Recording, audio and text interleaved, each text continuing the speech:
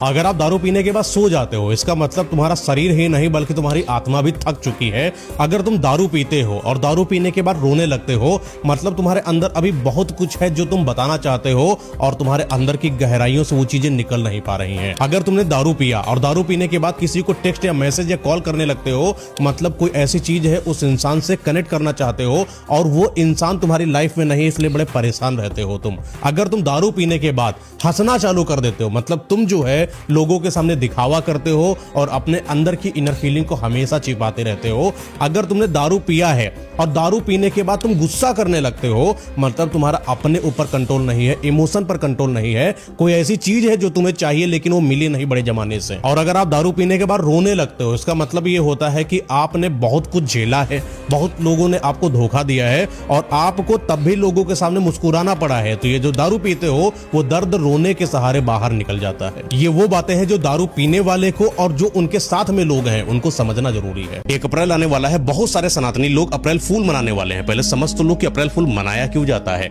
अंग्रेज ईसाइयों की तरफ से तुम्हारे मुंह पर एक तमाचा है गुलामी का अप्रैल फूल। अंग्रेज ईसाइयों ने तुम्हारे ऊपर इतने अत्याचार करे और तुमको बेवकूफ बनाया, तुमको पागल कहा, तुमको मूर्ख कहा, तब जाकर अप्रैल फूल की घोषणा करी गई। हुआ क्या था, विक्रम संवत 57 BC की अगर बात करें, विक्रमादित्य ने बहुत सारे युद्ध करे, जिसके बाद कई सारे कैलेंडरों को हटाकर एक अपना कैलेंडर लॉन्च किया जिसको विक्रम संवत के नाम से जाना जाता था।